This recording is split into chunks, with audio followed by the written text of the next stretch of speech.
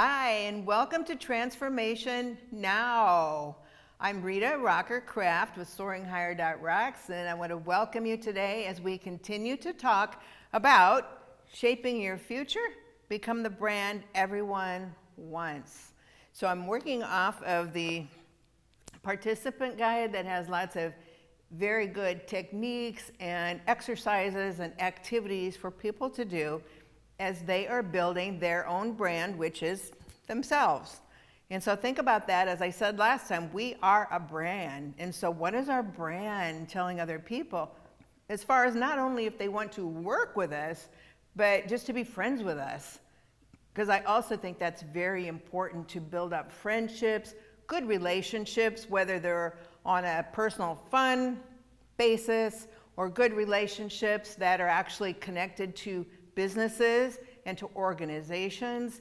Because I remember when I was in human resources, a lot of these staffing firms would get together and we would have conferences. And so we built up great friendships with each other from the different organizations. And when I worked at the Sarpy Chamber, again, we would see all these people building up relationships that were not only great for business, but they were great for friendships, for fellowship, for helping each other out if need be. If somebody had some sort of event to raise funds for a needy cause, everybody was there for each other because they had built up trust and empathy and everything that we need to really be an awesome brand that attracts other people.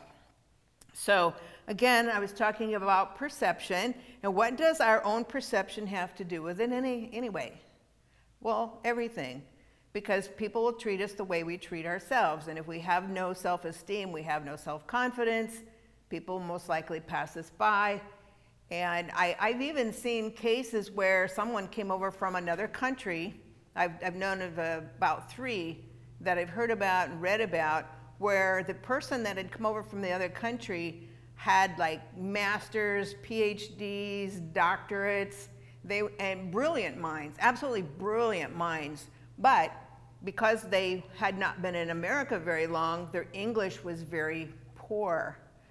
And of course, you have to take time to build that up. And so people who were brilliant and should be in medicine and science and high technical positions were doing very more, some even like clerical work and things like that, because that's all they could get. And so, we think about perceptions that could really hurt someone's perception, but they kept going until they finally were able to build themselves up to the position that they wanted and they deserved.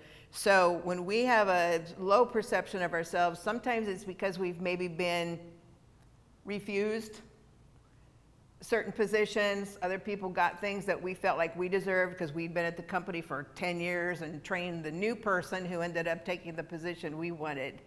And so you can't let that pull your perception of yourself down. Know that you are confident, you're professional, and worthy of better, because our perceptions can just really hurt us, or with a very confident perception of ourselves, knowing that we are of great value, that we are of great worth, will actually bring us out into the types of positions, the victories, the employment, the friends, the relationships, the careers that we want and deserve. So it's very important.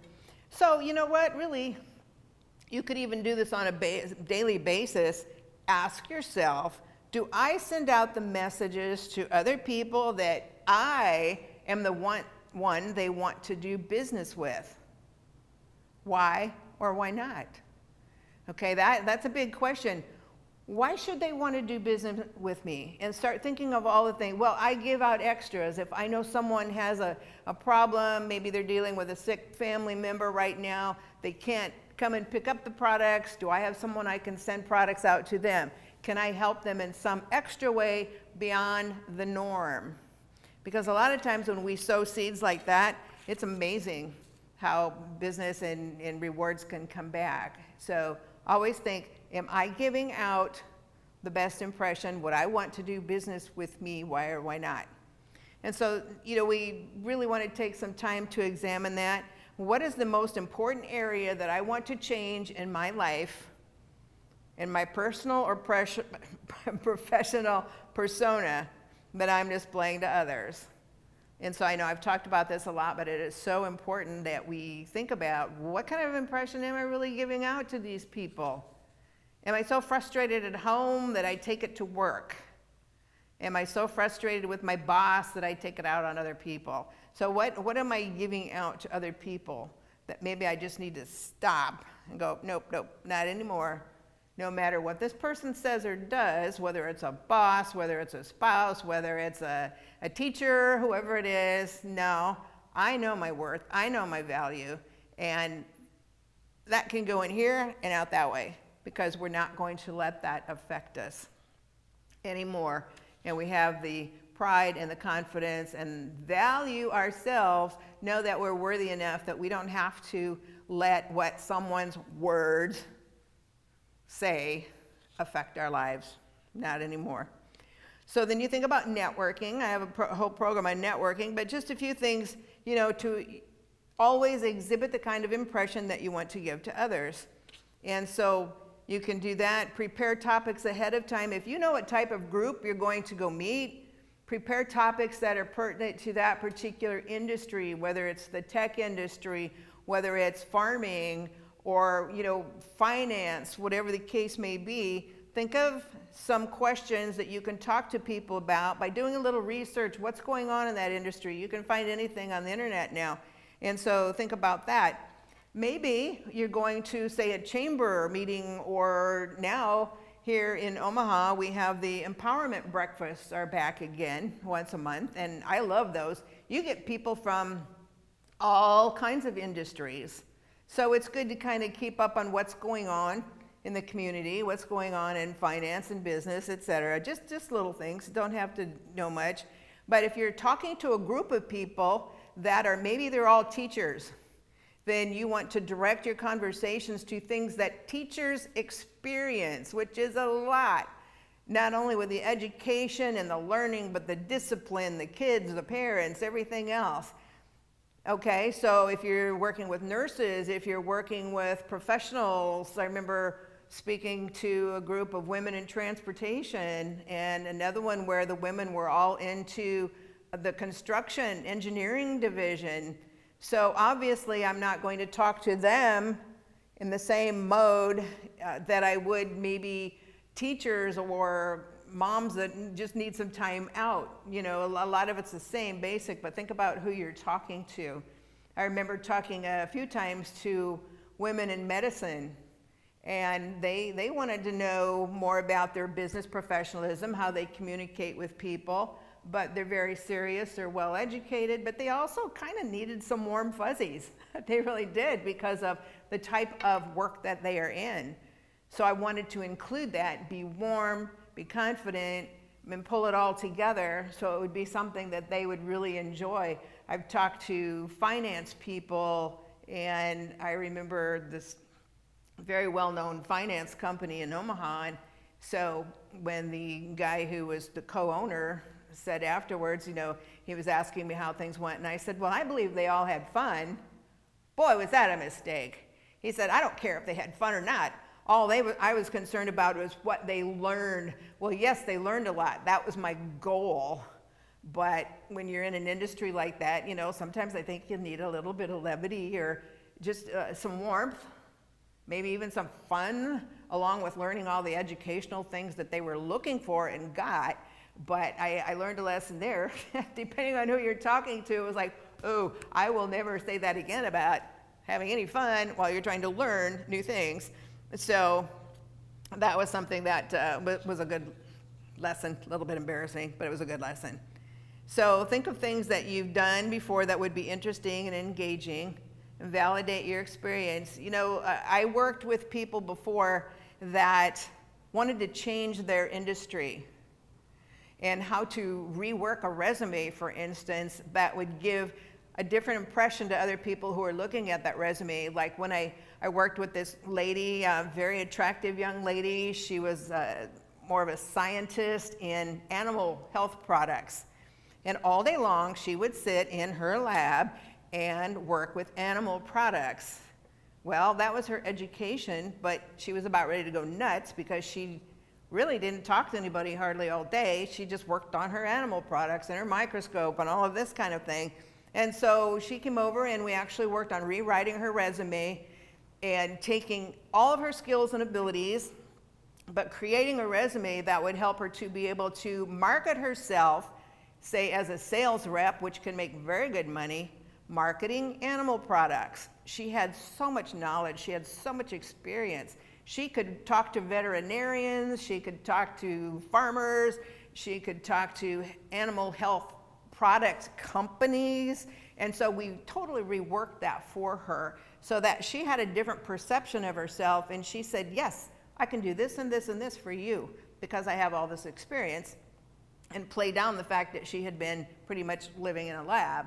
And then a couple times worked with gentlemen from the military because I knew that a lot of the companies, from having worked in human resources, were a little leery of hiring veterans right out of the military because they said, oh, they can't relate to what we're doing in the civilian world. Well, no, that wasn't true. But what I did with them is I worked with them to take out so much military lingo that a lot of people don't understand, including myself, and so we made it into more civilian English. So you can do that and think of how are people going to receive me, how are people going to look at me, and so that really helped as well. Another one was a farmer in Iowa. He just wanted to get out of farming, but he said, I don't know what I can do. How am I going to market myself when I've been a farmer all my life? I said, well, you bought a lot of products, right? Yes. So you had your sale. You had inventory, right? Yes. And you kept track of that in computers, right? And so I went through everything that he had done as a farmer, but all the business aspects of it, sales, maintaining, everything that he did, and totally created a resume for him where he, like the lady in the vet products, could work for, agricultural companies, could work for sales, could work for different areas, take all that expertise he had. He could work in operations in different companies that dealt with agriculture, for instance, or animal products, whatever the case may be. So we totally transformed that. Another gentleman, it was a little odd because at one of the colleges, he had a 9-page curriculum vitae, which nobody is going to take time to read. And so I was able to narrow it down to 3 pages, which is the least that I could get it. But then I wrote a cover letter for him that he could send with it to the people that he wanted to interview with, because he wanted to get out of academia and transfer into the corporate world. So that needed some work. But on his cover letter, he wanted to say what he liked to do on the side, not his work, but who he was, his personality was. And so he said he liked to frolic on the beach. And I said, we cannot put this sentence, frolic on the beach, in there, because that's going to hurt your chances for someone to even look at your resume. And he refused. He absolutely refused, because he wanted people to know that he was a fun guy who liked to frolic on the beach. And I have absolutely no idea what would ever happen to him, but sometimes we just have to change some verbiage a little bit so that it actually meets up with what these people are looking for. And so you want to think about that as well. So networking, exhibiting the kind of impression that you want, and relating to them. What are their interests? Again, it's all about them. We always think, we get so self-conscious, it's all about me. What do I do? What do I say? Or, hey, I'm just really this and I'm really that. And they don't like either one of those. They want to think, what are you going to do for me? I want to know what you can do for me. And so write out and practice introducing yourself to individuals from various companies or industries that you might be working with. Because even in farming, you might be working with agricultural or animals, or whatever the case may be. And so always think of who it is that you want to relate to. I remember working, again, I was head of leadership SARPI, and talking about trying to communicate in a way where your language and your body language, everything is the same. And so I was talking about how we affect our relationships with other people by how we say things, like when we're interviewing or when we're just trying to give kudos to somebody at work. And so everybody was sitting around these tables. There was only one gentleman in the front row, had the suit on. He was with a new bank. I'm not mentioning any names, but he was with a new bank. And so, I was giving an example of how when we're interacting with people and we have certain impressions of ourselves and them, we can say things a little bit differently. And so I said, okay, here's just a quick example. What if someone did something, they gave a presentation in the staff meeting, and it was an excellent presentation, but you're in a rush and you're walking by their desk, and so you might say, wow, that was great, and you walked on. And so I went up to a lady and I said, so how would you feel? And she said, oh, I'd feel like you really liked me, what I did. I said, exactly. So then I stood in front of the gentleman in the front row. It was all by himself sitting at a table, and I kind of just leaned over a little bit, and I had my fingers on the desk, and I said, or the table, and I said, well, that was great. And I said, so how would you feel? And he said, I'd tell you to take your hands off my desk. But he wasn't kidding. He was angry. And I'm standing there going, oh, Lordy, what am I going to do now? And so then I looked at everyone. I said, okay, and this is just a good example of how we say things, the impressions we're giving to other people can come off a certain way. So I believe the perception he had of himself was probably not as good as he wanted, because he was probably thinking, oh, you can't talk to me that way. Nobody's ever going to talk to me again that way, because I've been talked that way before. And so I skimmed over that the best I could and as fast as I could. But again, sometimes people, can do that. We have no idea when we're meeting someone what kind of impression we're giving off by how we say something, even in a networking event. So you might think about things like that too. I watched his reactions, and he just stiffened up and he looked really angry on his face, and I thought, this is real. He's not just kidding me. And so, again, we always want to watch that. So think about the introductions, think about how you're going to talk to people, have 2 or 3 different introductions. You may be going for a particular job in, say, in accounting, but you are going to be somehow maybe talking to a group of sports people, because maybe you could do some accounting for the sports people and the money they bring in and take out.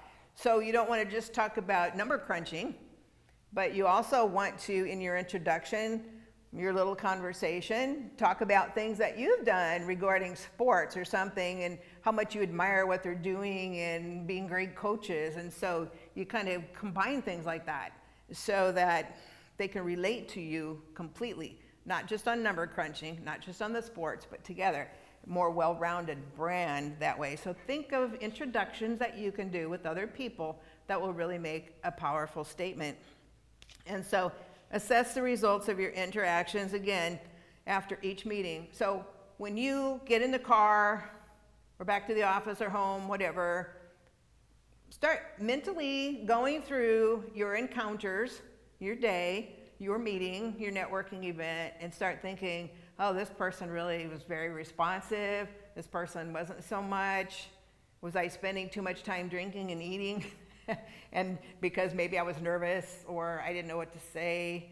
And so if you literally stop and talk and assess what happened, it's going to help you a lot in going, oh gosh, yeah, next time I need to change this. I need to ask more questions. I was talking too much about myself, whatever the case may be. A really good educational things to do. Doesn't cost anything, but it will really make the difference. So you could say, like my passions, my hobbies, my creativity, that I'm athletic, but I also have technical ability in programming. So you're combining them. You could talk about, well, maybe it's something totally corporate, but this person likes sports. Well, I designed a box car for my son's race a few years back. Oh, really? That's really cool. What did you do? And you can start another conversation with something like that. Well, I took ballet through school, or I was in a band or a singer. maybe sets the stage even for, hey, we need a speaker for our company who can go out and give presentations to audiences. This person already has that experience in front of audiences because they did dance, they sang, they did whatever the case may be, they were in theater. So again, that's how you can blend a couple of those things together. And then if you did fundraising for an organization, maybe something that was very close and personal to you, and this company would be interested in that because of your experience and be able to kind of coax people sometimes to talk them into buying a product or a service. You have good sales skills, negotiation skills, because you were able to do this with fundraising, organizational skills, etc. So practice some real life stories for you to use when you are out with other people. And it's amazing how that can just build up all these awesome relationships, and people are calling you to do other things or to work with them on projects. Okay, so again now in chapter 5, gain powerful credibility through engaging communications and presentation skills. We may be doing a presentation in front of new in-laws. We may be doing a presentation to one person, but it's the decision maker of the company. We may be making a presentation to 25 in a staff meeting. We may be asked to do a presentation in front of 500 because we have the most experience. Now, I've worked with engineers and architects before, and I remember when they were required as part of their job to go out and try to make sales. And I was just kind of literally blown away with this because I thought, these people are so good at what they do. And if somebody wanted a presenter or a speaker or an expert in a meeting to give them all the details, the instructions, everything that was important, hey, awesome. But to try to send people who are probably more introverted, definitely not always, but a lot of times, and make them go out to networking, and just try to do a sale, not so much just to introduce and build a relationship and do a sale. I thought, you got to help these people out a little bit. So think about your communication skills and what you're good at, what you're not, and we work on that together. So always think about that. Various ways that people can perceive themselves also has a lot to do with how they grew up. Some people grew up horribly, but they got beyond it. Some people grew up horribly and their lives are still awful. Some people grew up very well, had everything going for them, parents were awesome, and they turned out a life that maybe wasn't the best. So a lot of times though, how we grew up will have a great impact on what we do. But again, you're smart, you're awesome, you're made in God's image, and so you always want to let go of anything from the past. A friend of mine who heard her dad tell her grandpa years ago on the farm something about his daughter, and she wasn't worth something I won't discuss. But anyway, she said, I'll show him, I'm going to fix him. And so she made it a rule in her own life to not let what he said determine her value and her worth. And I always thought that was so cool that she did that. But think about the characteristics in others and how they communicate and how you perceive them in those specific ways, like I mentioned before in the last one.